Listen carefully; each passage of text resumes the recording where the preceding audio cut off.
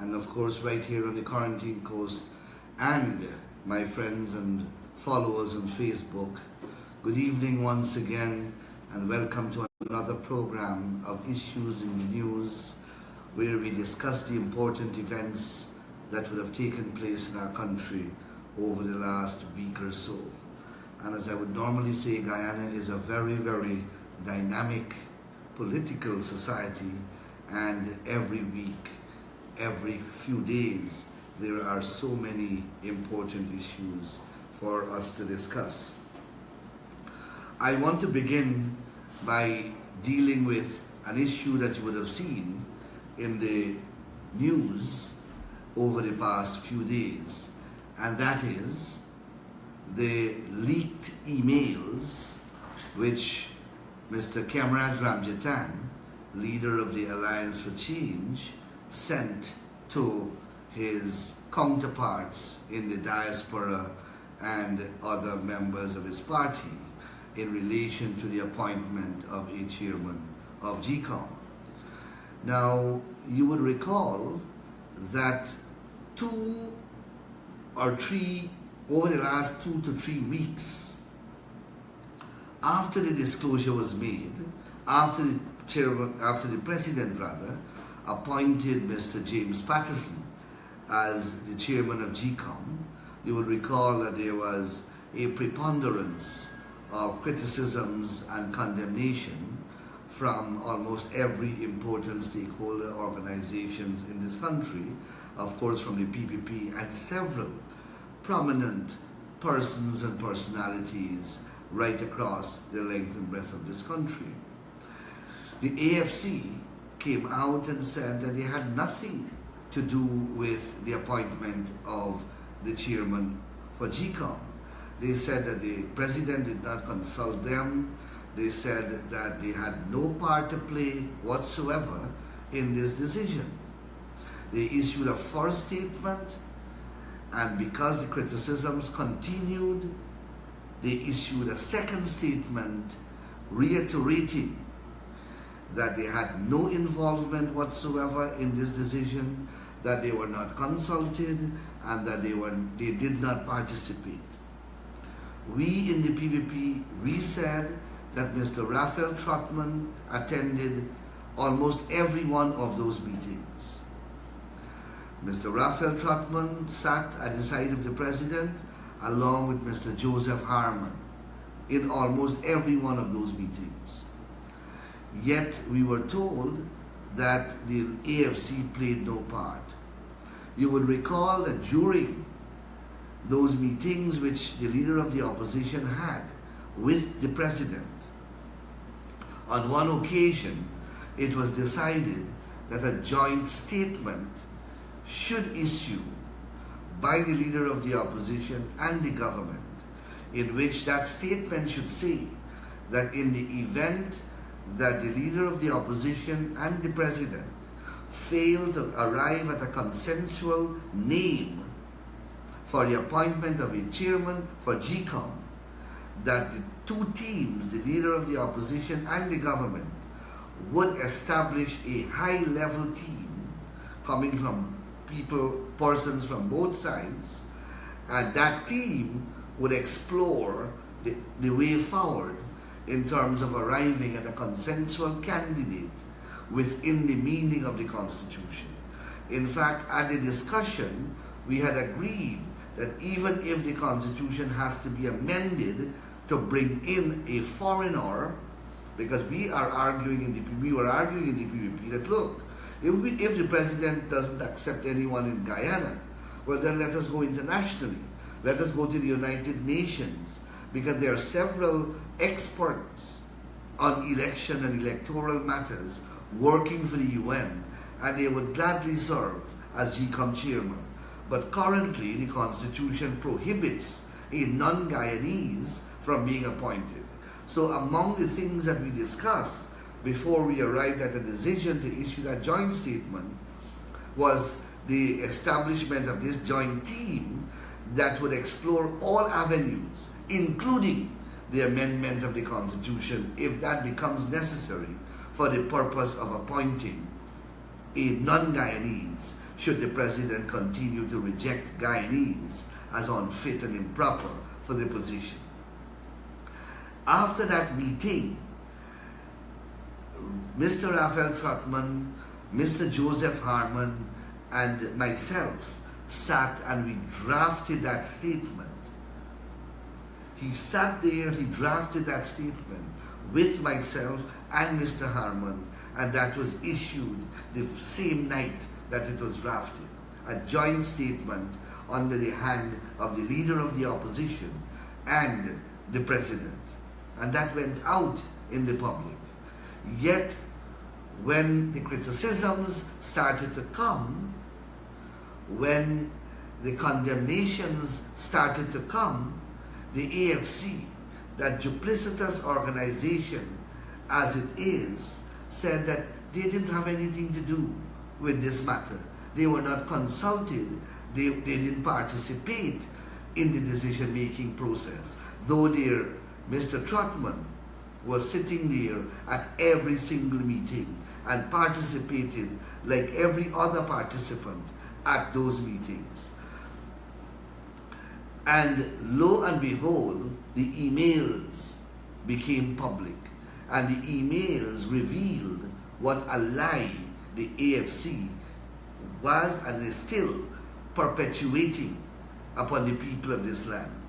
Because the email says, written by Mr. Ramjatan, says that since, not the third list, since the second list came in, he went to the president and he advised the president that the president should reject that second list and the president should unilaterally appoint a person of his own choice. He ill-advised and incorrectly advised the president that the Constitution allows the president to do so. And this is a gentleman who is leading a party, who is in the government, and who is saying to you, and have said to you about 3 or 4 times over the past 3 weeks, that the AFC did not participate in that decision. They did not play any role in that decision. They were not consulted in that decision. And here it is in a private email to his own leadership and to his own members. He is saying to them, look, I told the president to reject the second list. I told the president that he has a power to make a unilateral appointment. I told the president that he should go ahead and make that unilateral appointment. How can you trust these people? How can the APNU trust them? More so you, the people of Guyana. How can you expect that anything that they say publicly is the truth? How can you rely upon them to represent you on any given issue? Because this incident here demonstrates and is part of a track record of inconsistency. It is not the first time that they have done this. They sat with the APNU at cabinet and they imposed VAT on private education. You recall that? The last budget, they sat at cabinet. Budgets are approved and important decisions are made and are approved at cabinet. And when you are a member of cabinet, you are part of that decision-making process, because cabinet's responsibility under the Constitution is not divisive, but is collective. So there is no individual responsibility at cabinet. When cabinet makes a decision, when a government makes a decision at cabinet, it is a collective decision. It is a decision of every single member who sits at that cabinet. Nagamotu sits at that cabinet. Ramjatan sits at that cabinet. Patterson sits at that cabinet. Kathy Yu sits at that cabinet. Raphael Trotman sits at that cabinet. And they all make decisions. And when the decisions are made public and the public began to criticize and protest and condemn, they come out and say, no, they were not part of that decision. It is not their decision, it's the APNU decision. They did that for the VAT on education. They were very much part of that decision. And when push come to shove, when the public began to condemn them, when the teachers and the students and the parents came out and were critical of the imposition of that on private education, these people, these persons in the AFC, like hypocrite, said that it is not, they were not part of the decision, and that they will go back and negotiate with the APNU to have it changed. The identical thing they did with the parking meter. They sat at cabinet, they deliberated on the parking meter contract. At one time, cabinet had summoned City Hall to come to cabinet to explain the contract. Cabinet had asked the Attorney General to advise on the contract. The contract was discussed at cabinet. And when the government was moving to implement the parking meter, and the protests started in Georgetown, and hundreds of people came out to protest the parking meter, the AFC came out and said that they were not part of it. And at the level of the city council, their deputy mayor took the same position and said, no, this is not an AFC decision. This is an APNU decision. And that we are not part of this decision. That is the duplicitous and snaky role that the AFC continues to play. And I don't know why. Why is it that even the APNU is tolerating them? Because how can you sit with me as an equal partner in government? You participate in decisions. You encourage me to make decisions. You advise me that I am acting correctly. And when I actually make the decisions, and the decisions are criticized and are condemned, you run and hide and you say it's not you, it's me alone. This is the worst form of treachery. It is the worst form of treachery. They are betraying their own partner in government, the APNU. What do you think they will do to you, the people of Guyana? It is the same thing that they said to the sugar workers. We will pay you 25% in wages. We will never close Gaisuku. Ramjatan and Nagamutu are on record in Berbice here at the WIM rally and at several other public meetings right across this region, telling the sugar workers that Gaisuku will never close estates and that they will never go without a job and that they will get an increase in salary. They went all to the order line and they said that to the workers. And what happened after the elections? They are advocating for the closure of the estates. Now, because the thing is going wrong on the ground, because they realize now that everyone has turned against them, 2 days ago, they issue a statement that they are concerned about sugar workers. Can you believe these people? 2 days ago, they issued a press statement that they had some executive council meeting, and the executive council expresses concern about the welfare of thousands of sugar workers who are likely to lose their jobs with the closure of the several estates which the government is proceeding to do. Now the AFC takes the position that they are concerned with the sugar workers. After they sit at cabinet and they sit down with the government, they sit down with the president, when the president would have made that decision to close Rose Hall, to close Enmore, to close Wales, where their mouths were then? Where were their voices then? Where were their sentiments of concern then? When we spoke to them about it in Parliament, Ramjatan said, the sugar workers already said that they are not voting for us, so we don't care about them. He told leader of the opposition, Mr. Jack Deodat in the presence of Odinga Lumumba and Joe Hamilton in the National Assembly when we were eating in the lunchroom. That they don't care about sugar workers. Now suddenly, because they come to Barbados and Nagamootoo can't attend the graduation because people protested him, because he went to WIM recently and they refused to allow him to go into the community center. Now they realize that they have no support on the ground, and like snake in the grass, they come out now and say, oh, we are concerned about sugar workers. When Nagamootoo was right here in Barbados and spoke at Rose Hall telling them that the estate will close by this year end. He didn't know, he didn't have concern then. He didn't have concern then. He was busy blaming the PPP. Now suddenly they have concerns. How can you take these people seriously?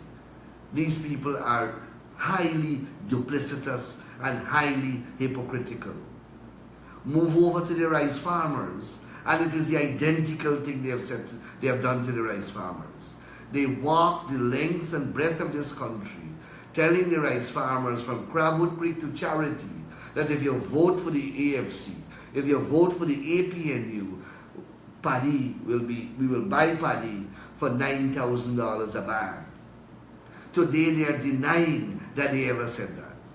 They are denying in the parliament. Nagamootoo is asking who said that.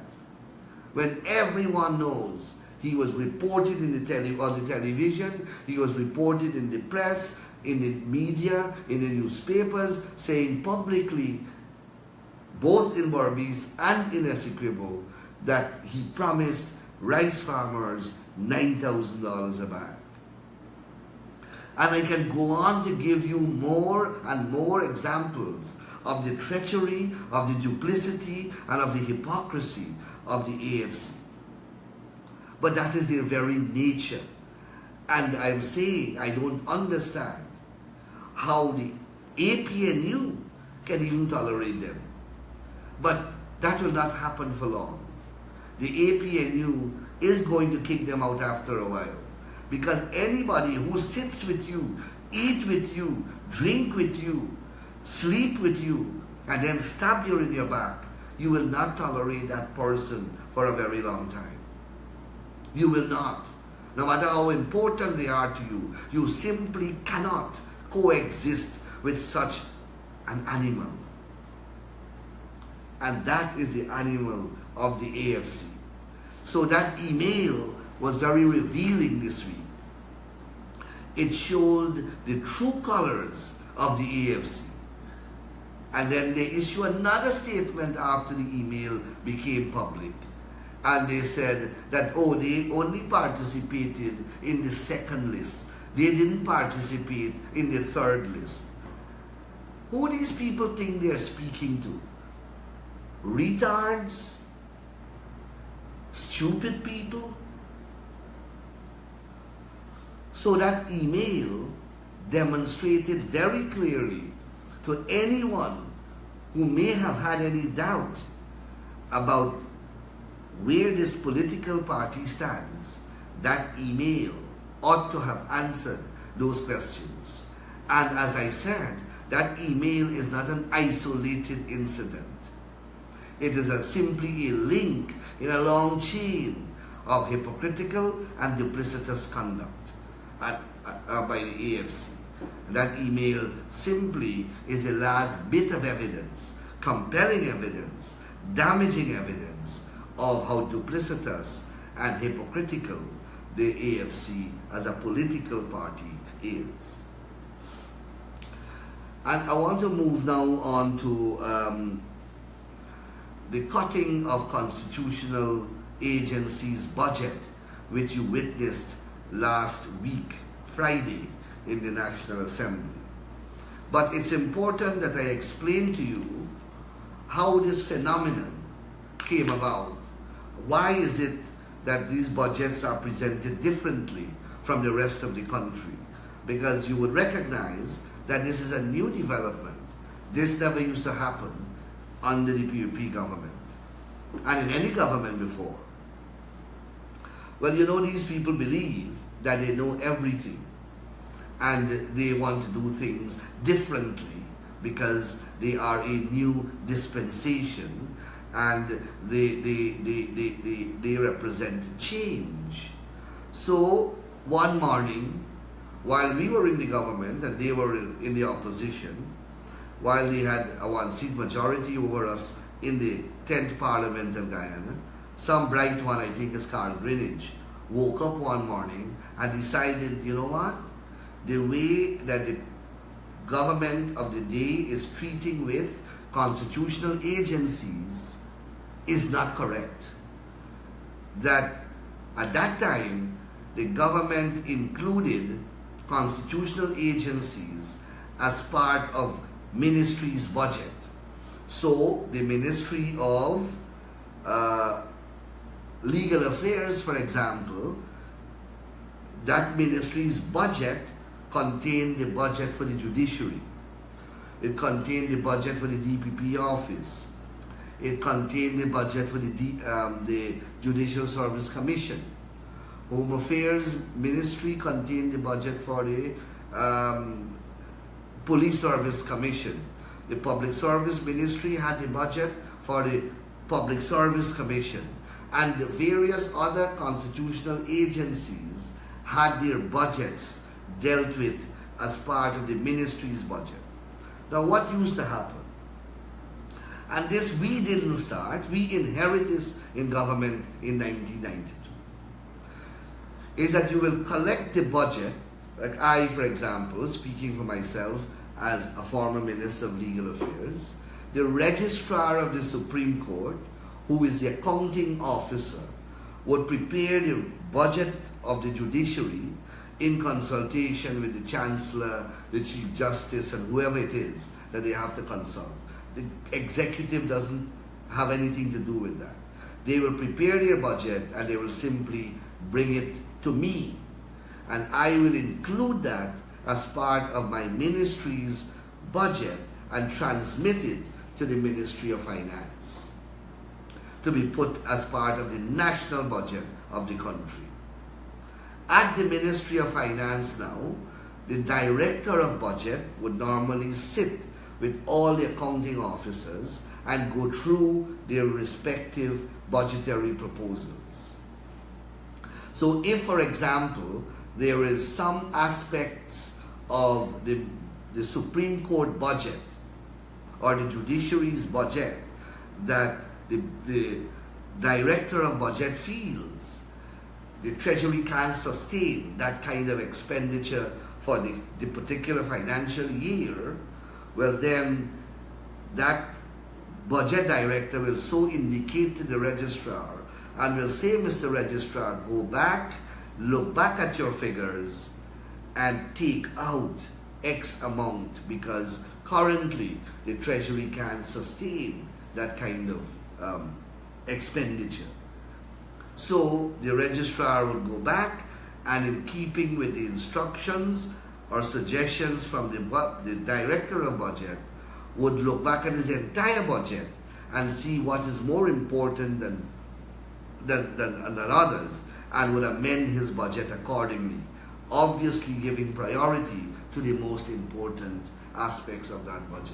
So let us say, for example, if they were supposed to buy a new car for the court system, if they have to now take $2 million out of their budget because the Director of Budget says that they can't afford a new car, well then they will take that car out. The point I am making is that the registrar who determined what is priority. So that independence and that budgetary and financial freedom was retained by the head of these agencies. When they got into office, even before they got into office, they said that that system that we had was completely wrong, that it undermined the independence of these agencies, that the Ministry of Finance should not be sitting with the head of these agencies, that it is wrong, it compromises and undermines the independence and financial autonomy of these agencies, and therefore that must be changed. And when they got into government, they changed it. And what they did, they put all the constitutional agencies together, and individually they directed it, they passed a law to this effect. The effect of the law is that these budgets for these agencies must be treated separately from the national budget. That's the first thing. Secondly, that when they are prepared, they must be sent to the parliament and not to any minister.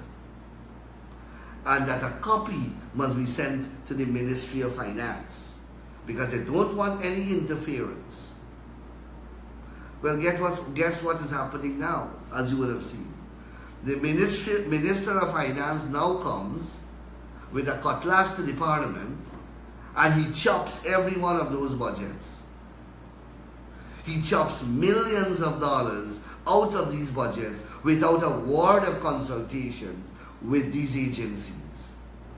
So when these agencies present their budgets, when the budgets of these agencies are presented on the floor of the National Assembly, the Minister of Finance moves a motion to cut these budgets by billions. The total budgetary allocations, proposals, which came from these constitutional agencies last Friday, was the total that came from them was 10 billion. 2 billion was cut out. 2 billion was cut out by the Minister of Finance. But significantly, how is the cut being done?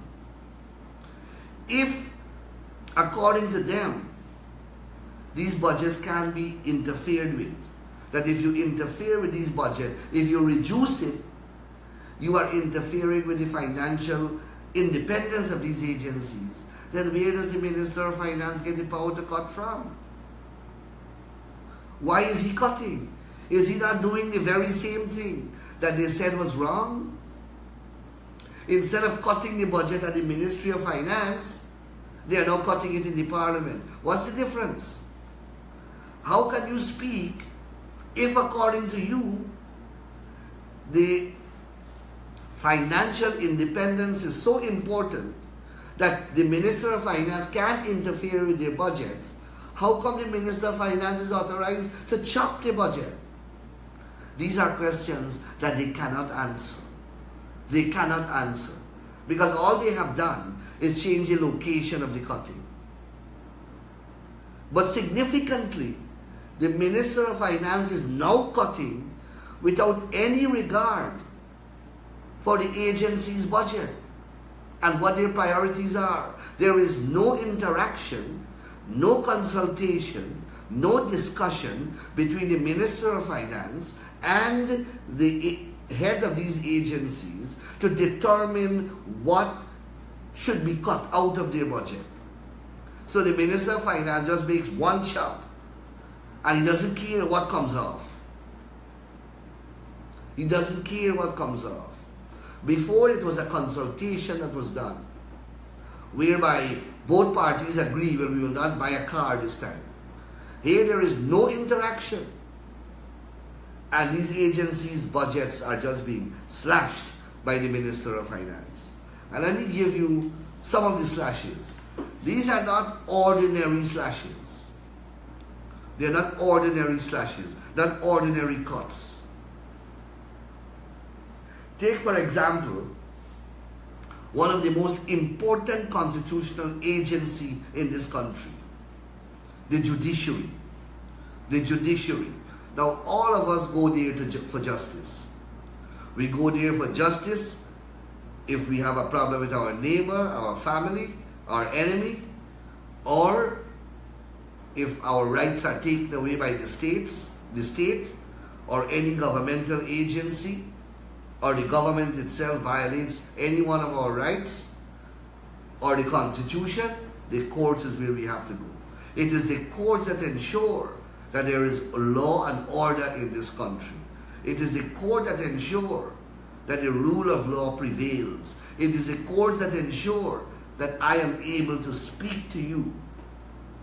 It is a court that gives me the rights and the freedom and protects that freedom so that I can come here and speak to you every Tuesday night. It is the court that does that. Because leaving up to the government, they will shut me off this television. But they are afraid of the court. They are afraid that I will go to the court and get an order. So important is the court. Now the court asked for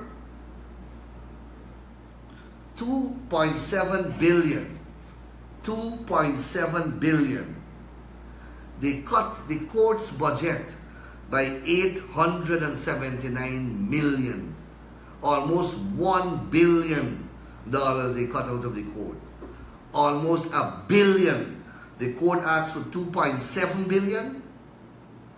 They gave the court about 50%. About 50%. They cut the court's budget by half. Now, do you know what you're doing when you do a thing like that to a country? Do you know what you're doing when you cut the judiciary budget by half? By 50%? How will the court system run? And these people expect you to believe that they are serious about law and order and about crime and about security when they cut the court, the judiciary budget by 50%. Capital, the judiciary asked for capital, for the capital budget, they asked for 927 million. 927 million, that's the capital budget of the judiciary. They give the judiciary 310 million. 310 million from 9 million. They give them 3 million. They cut the budget by 2/3. The capital budget of the judiciary was cut by 2/3. And when you read what the budget, what the judiciary intends to do this year, you realize that if you cut the budget by 2/3, then it can't complete any of its capital program. So the judiciary this year wanted to build another magistrates court along the east bank of the Demerara, because from almost all the way from Linden all the way to Georgetown, there is only one magistrates court. It is at Providence, and it simply cannot handle the number of cases because of the new housing schemes at Diamond, at Grove, at Providence, at Eccles, and because of the increased traffic at the airport itself. And that was part of the PPP projects. It's not this government's project. It was part of my program to build a magistrates court, another magistrates court at Grove on the east bank of the Demerara. When they cut that capital budget, they cut out that magistrates court. At Camarang, there is a magistrates court at Camarang in Region 7. At Camarang, there is no magistrates court building currently. The building fell down. And the magistrates court is being held in a nursery school. In this year's budget, they were supposed to build a new court at Camarang. That was cut out of the budget. The Berbice High Court, for Berbice lawyers who are listening to me, you see all that flooding that is taking place every time rain falls? Well, in the budget this year, monies were set aside for the upliftment of that whole compound, especially close to the High Court, close to the building, that whole area, and inside, which is also flooded, inside the floor of the High Court.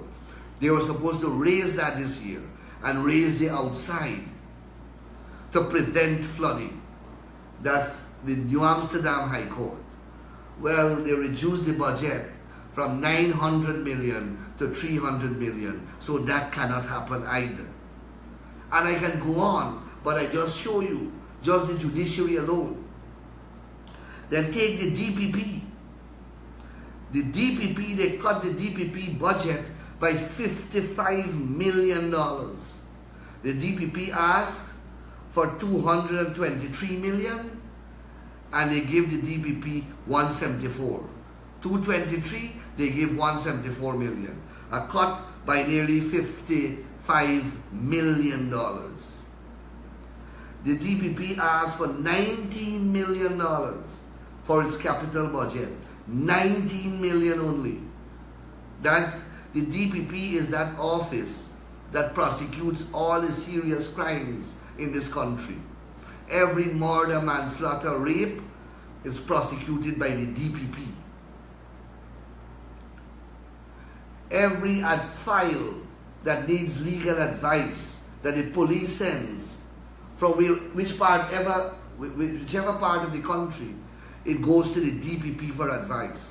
From region 1 to 9, every policeman that wants criminal advice in this country, criminal legal advice, he goes to the DPP office. The DPP asked for 19 million. They gave the DPP office 14 million. They cut it by 5 point something million. The DPP, they cut the current budget by 43 million.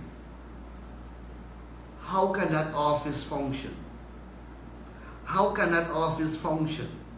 19 million is a capital budget that the DPP is asking for, and they cut it to 14.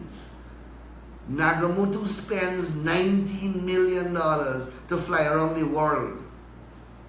That is what was disclosed in the parliament. 19 million is spent on Nagamutu alone, just to fly around the world. $100 million is spent on him annually. His salary, his guard, his electricity, his allowances, his travels, his liquor, and his food is $100 million.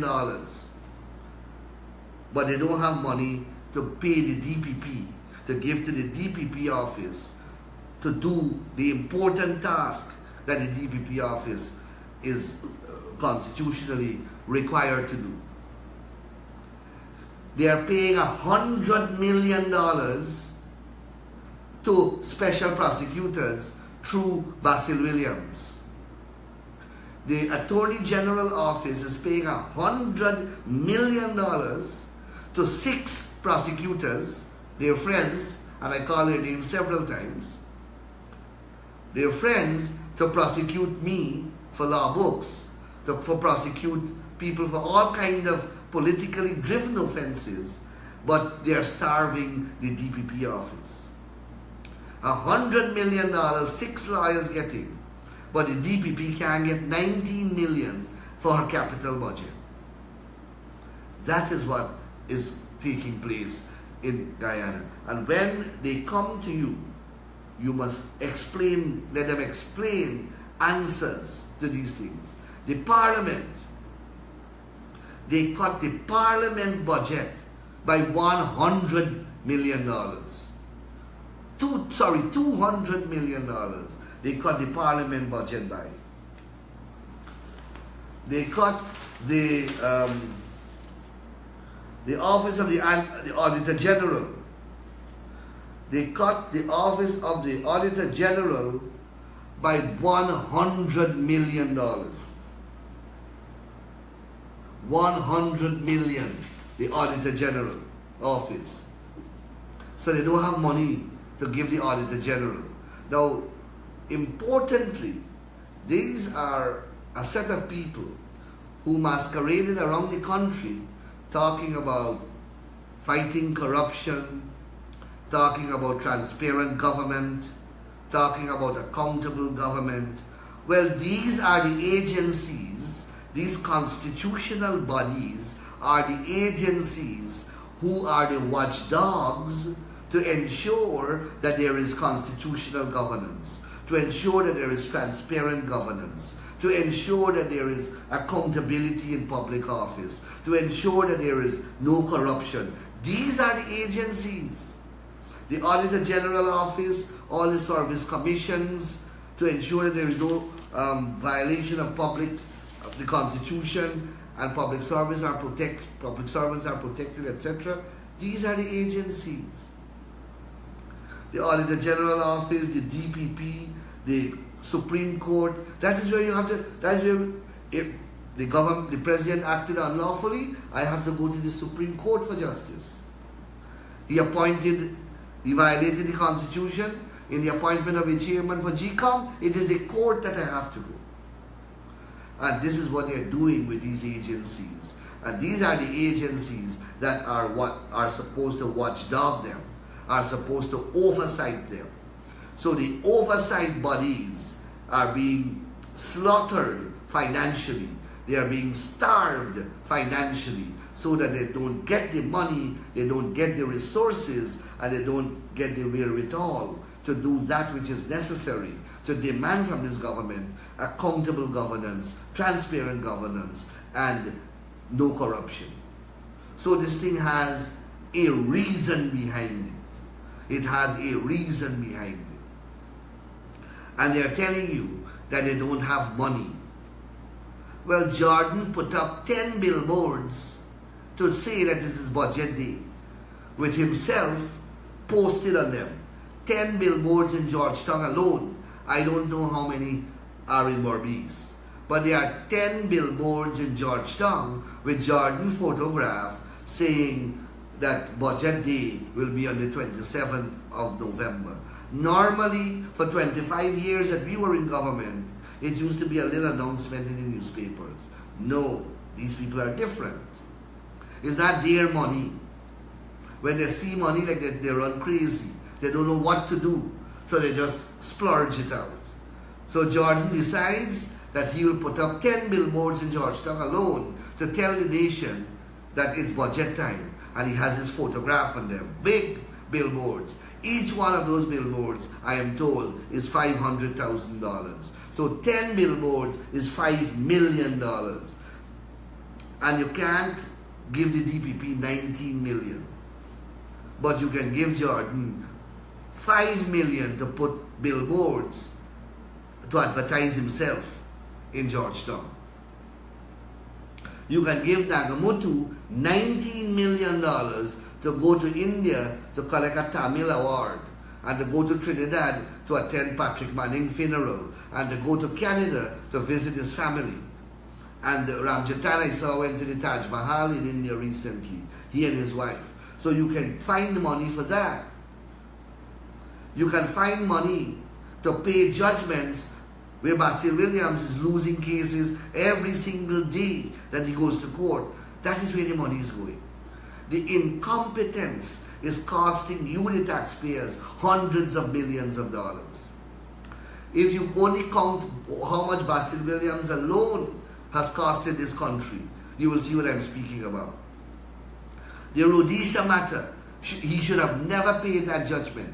Those people owe us taxes, and while we were in government, we were working out an arrangement to set off the taxes that they owe, because they said in the case that they undervalue their products when they enter Guyana. If they undervalue their products when they enter Guyana, well, then they are not declaring the right value and they're not paying the right taxes.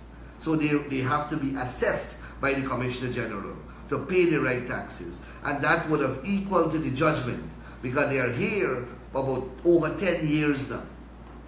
No, but our bright Attorney General rushed and paid them 6.5 million US. Then you have Dipcon. He didn't file an appeal in time. He was 6 months late. The Court of Appeal chased him out. He went to the Caribbean Court of Justice where he filed a wrong appeal. They chased him out. And they said even if he had filed a right appeal, he did not make sense what his arguments were. Did not make sense. So even had he filed a right appeal, they would not even have bothered with him. They would have still chased him out. That cost the state 2.2 million US plus cost. That's nearly $500 million. So just count Rhodesia, this matter, Dipcon. Then you have the other case that he lost to HN Sugrim, 300 and something million. 300 and something million he lost to Sugrim from Crabwood Creek. Then another matter is Brian Tiwari, the Hagbosh. The Hagbosh dumping site, where he paid Brian BK International $5.7 million US. 5 point something million US on a mere letter. When you check those sums of money, you come close to nearly 20 million US. He has cost this country in 1 year, in 2 years. And those are the kinds of information that they don't want us to speak about. So they charge you. Basil Williams charged me for law books simply because of what I'm doing here. Because he doesn't want me to expose his incompetence and what he's costing the state. But of course I will not stop. I will not stop. So that is the wastage that is taking place in government at the hands of this administration. And when it comes to giving agencies monies they don't have, but they had money to increase their salaries by 50%. They have increased their per diem allowance when they're overseas. It used to be, I think we used to get a $25 or $30 a day. They are getting $500 a day. The government used to pay our hotel and then give you $25 a day for meals. The hotel used to be like $100 a night and $25, I think, for meals per day. They are getting $500 per day per diem allowance alone. And they can travel with their spouses. We were not allowed to travel at government cost with our spouses. But they can take their husband and they can take their wives, and the government pays for that. And they don't have to bring back receipts. We used to have to bring back receipts. And these are the people who have the audacity to talk about corruption. And that is how they are bleeding the treasury of this country. And that is why sugar workers have to punish, rice farmers have to punish, and they can't find money to pay public servants bonus. They were saying that the PPP is so corrupt that the PPP used to steal $300 billion a year. Well,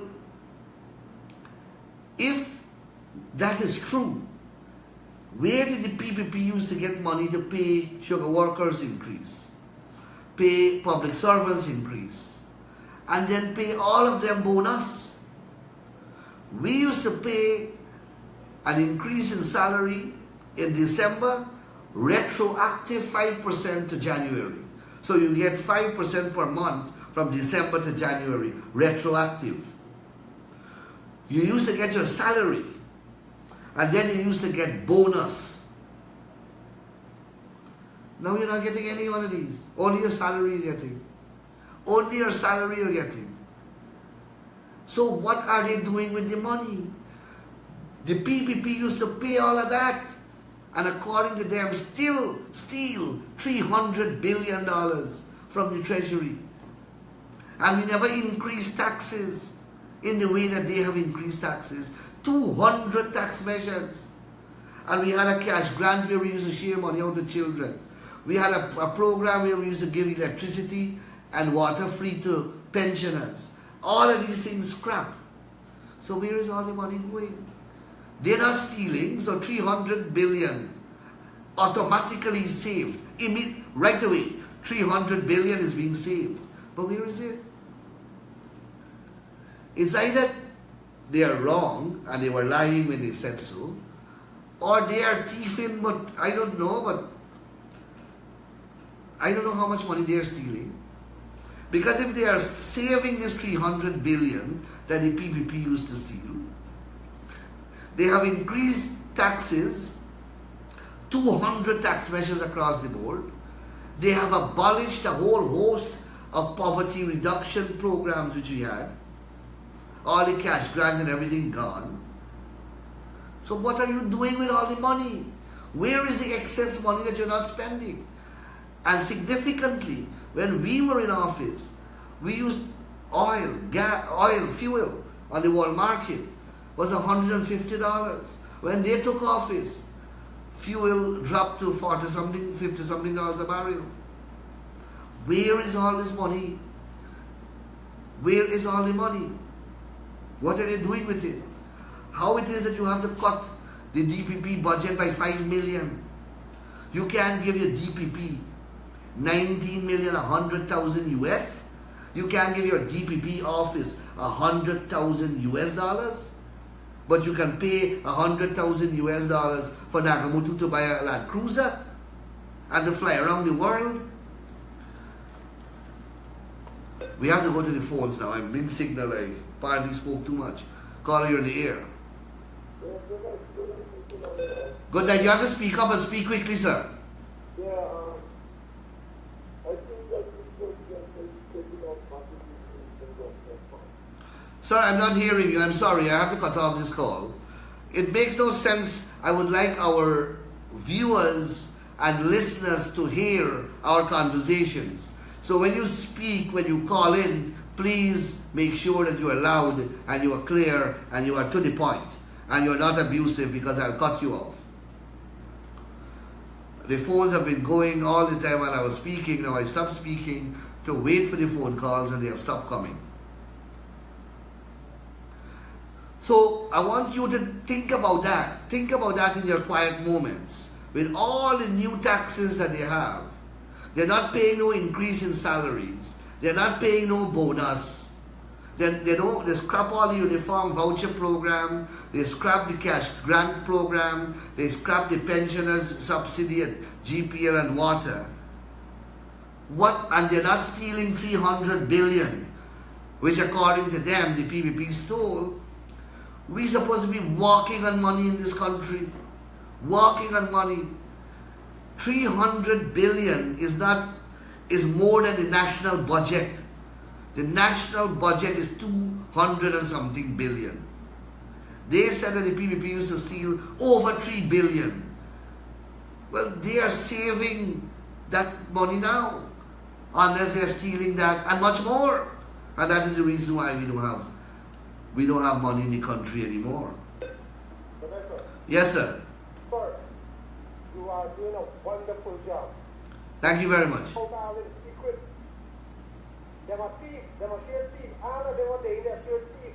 Nagamutu, Granger, you get hold of your you need back. Rangasan, I just like back. You not thief. So where the hell up to? Well, apart from the personal, I don't like the personal kind of description, but you see, caller, you understand what I'm saying? If the PPP used to thief all this money, but we build back this country, and we used to give increase salary, we used to give bonus, we used to make the salary increase retroactive to January, we used to give a cash grant program, and a whole host of poverty reduction initiatives. All of that gone. So where the extra money is? Christmas guys took a walk up in a get 2%, 3%, don't care how in PPP days. And the API too. Yeah, I'm not getting up to. You're getting that calf now. Yeah, we're gonna pass now. All right, caller. Thank you. Okay. We'll take one more call before we say goodbye. Caller, you're on the air. Hi, good afternoon. Could you please lower your television down quickly? Yes, sir. Yes.